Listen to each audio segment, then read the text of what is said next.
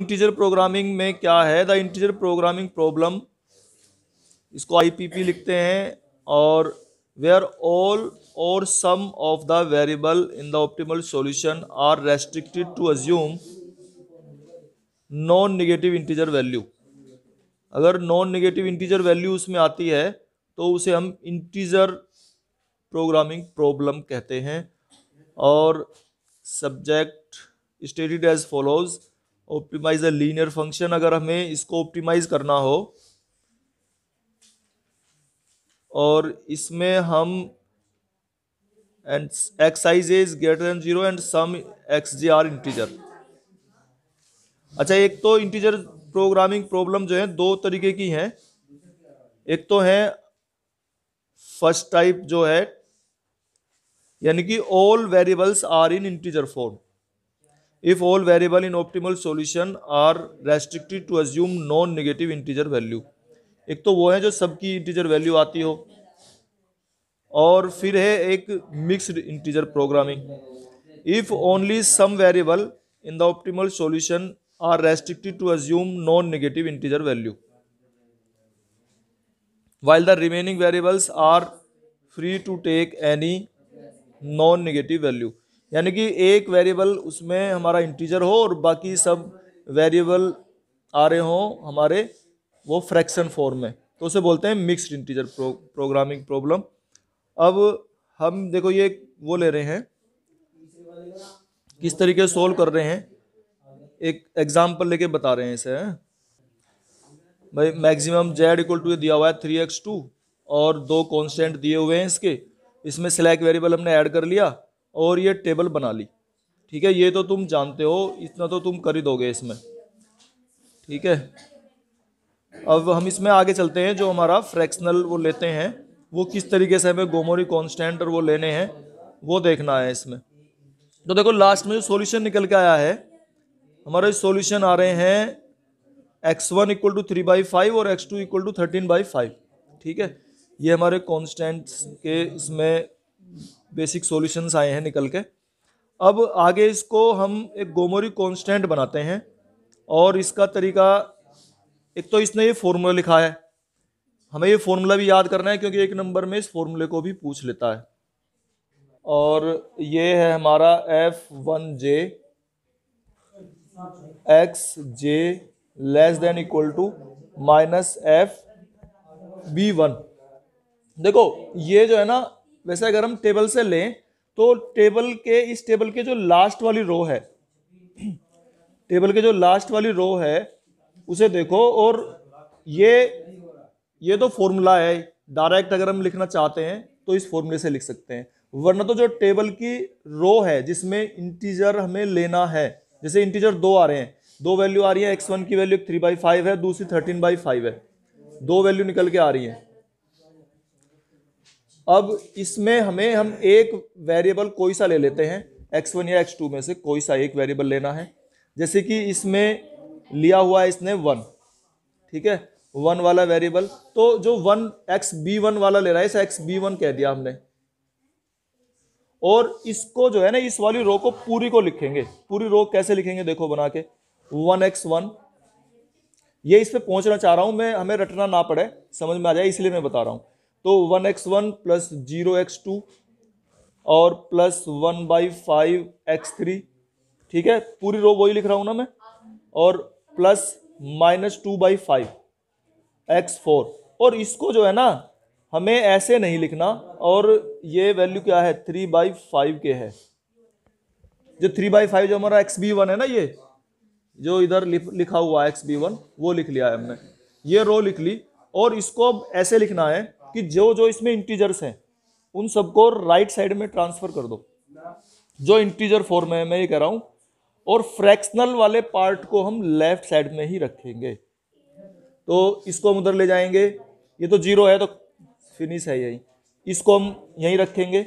और इसको कैसे लिखते हैं, यहां भी एक हमें लिखने का तरीका है इसका, 1/5x3, और इसको हम -1 प्लस 1 कितना लिखेंगे, -5 और +3 x4, 3/5 और इसको उधर ले जाएंगे -1x1।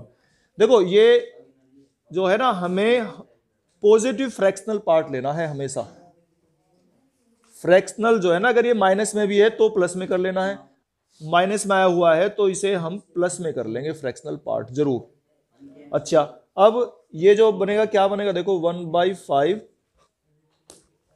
x3, 1/5 x3 और प्लस 3/5 x4, और ये -x4 से उधर ले जाएंगे तो ये हो जाएगा 3/5 -x1 और प्लस x4।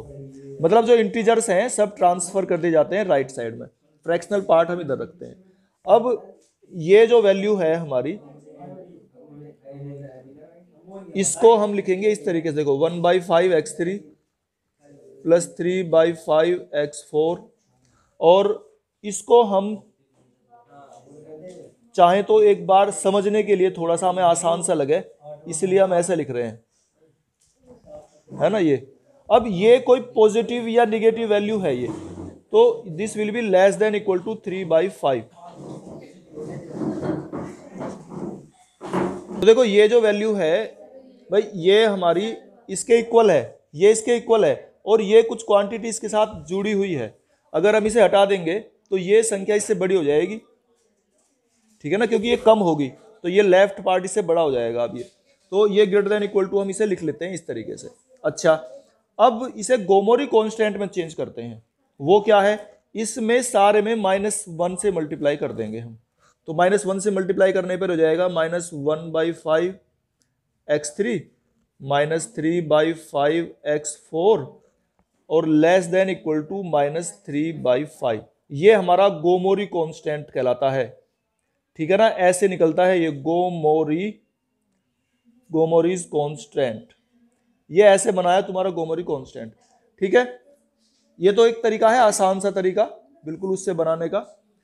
और इसमें फिर एक हम स्लैक वेरिएबल ऐड करते हैं और उसको लिखेंगे हम -1/5 x3 -3/5 x4 और प्लस xg1। ये हमेशा तभी लिखना है जब ये माइनस में आ जाए, इतना करने के बाद, और ये हो जाएगा लेस देन इक्वल टू -3, ये फिर इक्वल में चेंज हो जाएगा, है ना, इक्वल टू -3/5। और इसके बाद इसे फिर टेबल में रख लेंगे, टेबल बनाएंगे हम एक, उसमें रो ये भी हमारी आ जाएगी, yg1 वेक्टर आ जाएगा ये। इसको सोल्व करेंगे, इसे हम डायरेक्ट लिखना चाहते हैं तो डायरेक्ट लिखने का इसका तरीका यह है हमारा कि जो टेबल का हम xb1 वेरिएबल ले रहे थे, है ना, उसमें जो फ्रैक्शनल पार्ट है, इसको समझो, ये भी कोई ज्यादा मुश्किल नहीं है। ये f का मतलब है फ्रैक्शनल पार्ट्स, और fractional parts we should always take in positive values, ठीक है, ये हमेशा पॉजिटिव में लेना है हमें। तो इसे हम लिखेंगे -fij। देखो टेबल के उसमें देखो तो क्या है, लास्ट वाली टेबल में जो y1 रो है हमारी, भाई 1 है, 0 है, 1 और 0 छोड़ देंगे, only we should take only fractional parts. Fractional part क्या है, 1/5 है, तो माइनस, देखो यही बन गया -1/5 x3, क्योंकि 1/5 के ऊपर जो वेरिएबल है वो x3 है, y3 है ना, तो 1/5 x3। फिर जो -2/5 है उसको -2/5 को क्या लिखेंगे, -1 प्लस, इस तरह से, कहाँ पे लिख, -1 प्लस 3/5, इस तरीके से लिख लेना है। हमेशा हमें पॉजिटिव वैल्यू ही लेनी है, निगेटिव को छोड़ देंगे। तो माइनस ये 3/5 हो जाएगा और x4 less than equal to -fb1, यानी कि फ्रैक्शनल पार्ट ऑफ xb1 जो वैल्यू थी हमारी, उसका फ्रैक्शनल पार्ट वो कितनी, 3/5, तो उसका तो फ्रैक्शनल ही है, ठीक है, तो 3/5 है। तो ऐसे भी डायरेक्ट बना सकते हैं, दो तरीके हैं हमारे पास में। देखो इसके बाद हमने टेबल बनाई है और जो लास्ट टेबल में पहुंचे थे हमने वो सारा एज इट इज उतार लिया, ठीक है, उसमें कोई भी और हमने एक रो इसमें एक्स्ट्रा ले ली है, ये जो ये हमारा कांस्टेंट बना था, ठीक है ना, x1 x2 तो इसमें 0 0 है हमारे, और y3 के नीचे -1/5 आ गया, माइनस, और ये 5 4 के नीचे -3/5 हो गया, और एक अलग से फिर कॉलम भी लिया हमने YG1 बनेगा ये तो सभी में, क्योंकि अलग से कौन वेरिएबल हमने ऐड कर रखा है YG1, XG1 जो ऐड किया था, तो 0 0 1। अच्छा, इसके बाद फिर हम डेल्टा जे निकालते हैं। डेल्टा जे का हमारा निकालने का तरीका वही है जैसे पहले से हम निकालते आ रहे थे, उसी प्रकार से डेल्टा जे निकालने हैं ये भाई। 0 और क्या था फॉर्मूला हमारा, CJ माइनस CBXB है ना। जैसे 0 की 1 में मल्टीप्लाई, 3 की 0 में मल्टीप्लाई, फिर इसकी मल्टीप्लाई करेंगे तो ये हमारा 0 ही आएगा इसमें, ठीक है। फिर नेक्स्ट वाला ये आइडेंटिटी मैट्रिक्स है, वैसे भी 0 आ रहा है। इस वाले को देखो जरा, Y3 के ऊपर ये 0 है CJ, और इनकी मल्टीप्लाई करेंगे और 0 की 1/5 में 0, 3 की 1/5 में ये 3/5, और ये हमारी 0 की इसमें तो 0, तो 3/5 और 0 में से माइनस करेंगे तो -3/5। इसी प्रकार से -9/5 आ गया ये, और ये आ गया 0। वैसे भी आइडेंटिटी मैट्रिक्स का कॉलम है, 0 आएगा ये, ठीक है। अब इसके बाद हमारा ये फॉर्मूला है डेल्टा जे ओवर, मतलब डेल्टा जे ओवर जो अभी हमारा YG1 वाली रो थी, है ना, ये Y3J लिख रखा है वैसे तो डेल्टा जे अपॉन ऊपर वाली रो, ठीक है ना। इसके ऊपर वाली रो में हमेशा हर एक क्वेश्चन में ऐसे ही करना है, उसके ऊपर वाली रो से डिवाइड करना है डेल्टा जे को।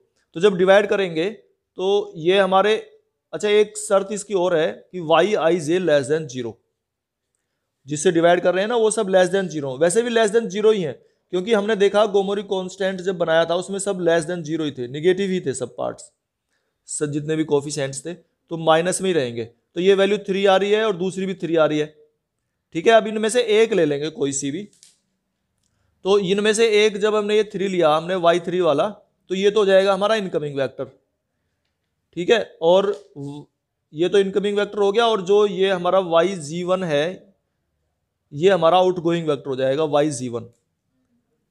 ये तो हमें वैसे भी हटाना ही है, इसकी जरूरत नहीं होती, तो और Y3 इनकमिंग हो जाएगा। अब ये 1/5 फिर की एलिमेंट हो गया, तो इसको 1 कर लेंगे तो -5 से पूरे को मल्टीप्लाई कर देंगे, ये पूरा 1 हो जाएगा।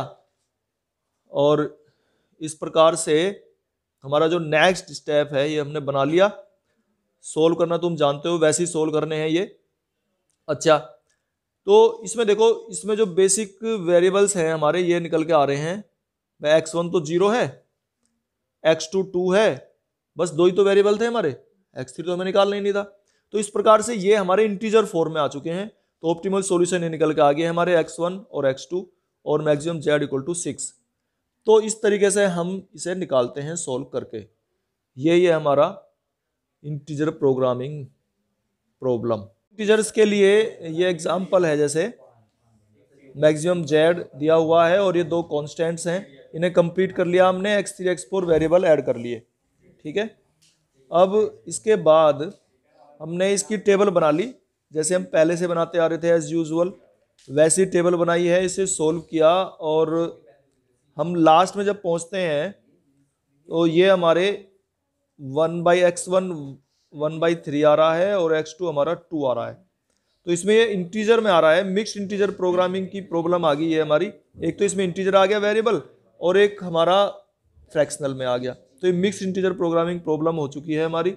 और इसे जो हम सोल्व करते हैं पर में पूछा जा सकता है इस तरह से, ये एक नंबर में कि फॉर्मूला जब हम अप्लाई करते हैं ये क्या है इसका formula, -summation j belongs to r positive YIJ XJ minus FBI over FBI -1 और less than equal to YIJ XJ। तो समेशन है, अच्छा, less than equal to -FBI। तो j belongs to r negative, ये मेन चीज है, j belongs to r negative और j belongs to r positive, यानी कि जो हमारी रो है ना इंटीजर वाली उसमें जो पॉजिटिव वैल्यू है वो तो अलग लेनी है और नेगेटिव वाली को इसमें बाद में यहाँ लेना है, और इसमें FBI अपॉन FBI -1 करना है। FBI क्या है, फ्रैक्शनल वैल्यू है ये, ठीक है ना, ये फ्रैक्शनल वैल्यू है और फ्रैक्शनल वैल्यू -1 इस तरीके से, और समेशन YIJ XJ। तो अब हम इसको बनाते हैं और इसमें एक फिर हम कांस्टेंट भी जोड़ते हैं, कोमोरिस कांस्टेंट जोड़ते हैं, तो XG1 इस तरह से बनाते हैं ये। अब देखो टेबल बनाते हैं आगे, इसे सोल्व करते हैं, FBI कैसे निकाल रहे हैं।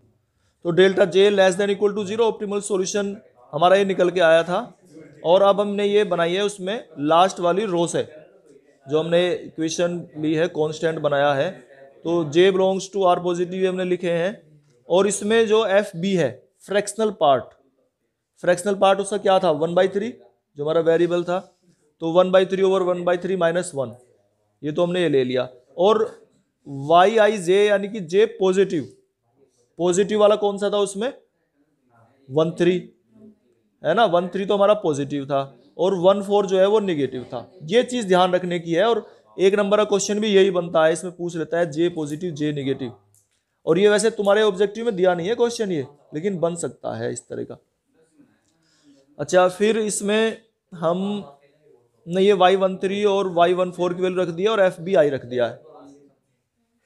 फिर इसके बाद ये जो कांस्टेंट बना है इसमें गोमोरी कटिंग प्लेन अब लगाते हैं और इसमें xg1 हमने ऐड कर दिया है एक सेलेक्ट वेरिएबल। और फिर टेबल ऐसे ही करके बनाई है टेबल कि एक रो हमने एक्स्ट्रा ले लिया और ये जो कांस्टेंट था हमने ये ले लिया है उसमें कांस्टेंट वाली जो लाइन है। तो ये 0 yg1 0 -1/3 हमारा बेसिक वेरिएबल देखो ये -1/3 निकलेगा है ना xg1 की वैल्यू। और ये सब हमने इसी तरीके से टेबल में ही रख लिया है, रो बना ली है। अब इसके आगे हम सोल्व करते हैं तो क्या हमने फॉर्मूला वही है, मिनिमाइजेशन रेशो निकालेंगे हम और मिनिमाइजेशन रेशो भी डेल्टा जे अपॉन ऊपर वाली रो को लिखेंगे इसे। तो ठीक है -1/3 अपॉन -1/3 1 है और -1/3 और -1/3 ये भी 1 है। और जो हमारा ये है अब देखो इसमें हमने मिनिमाइजेशन रेशो दोनों 1 1 आ रहे हैं, ठीक है ना, दोनों 1 1 है। अब इसमें से कौन से को लेना है, ठीक है, तो ये हमने ये वाला लिया इसमें y3 और फिर ये हमारा हो जाएगा आगे अब इनकमिंग वेक्टर और आउटगोइंग वेक्टर तो ये हो ही जाएगा हमारा yg1 तो ये आउटगोइंग है ही हमारा, ठीक है। अब इसमें हमने आगे सोल्व कर लिया ये वैसे 1 बना लेंगे, एक की एलिमेंट था -3 से मल्टीप्लाई कर देंगे पूरे को और -3 से मल्टीप्लाई करने पर ये हमारी रो 1 0 0 1 1 हो जाएगी और ऊपर वाले को हम 0 कर लेंगे इसमें से मल्टीप्लाई करके ऐड करके या सब्ट्रैक्ट करके वो। और हमारा ये डेल्टा जे निकल के आ गया है, सब 0 0 आ रहे हैं और इधर हमारे वेरिएबल्स जो हैं x1 और x2 और x4 आ गए हैं। x4 तो हमें जरूरत है ही नहीं, x1 x2 हमारे लेकिन इंटीजर्स में आ चुके हैं 1 1। तो इस तरीके से हमें सॉल्यूशंस निकालने हैं। ये हमारा x1 = 1 है, x2 = 1 है और मैक्सिमम z = 2 है।